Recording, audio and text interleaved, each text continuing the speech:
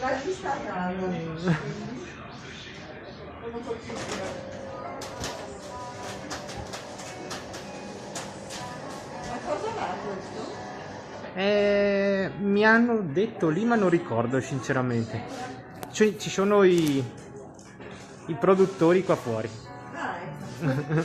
Ma perché io ho tanta attività delle ottiche e stiamo valutando le cose per pianificare la tutela. Fatto? Sì, sì, sì, sì. Grazie. Grazie mille.